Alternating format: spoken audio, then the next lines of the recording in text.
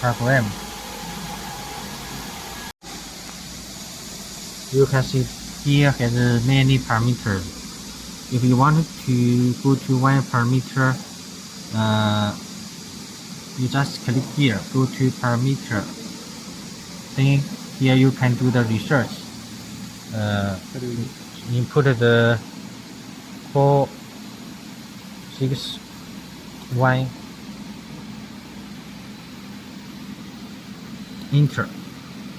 Then we can find the 461 parameter. 46123. They are setting the bit rate, the speed here.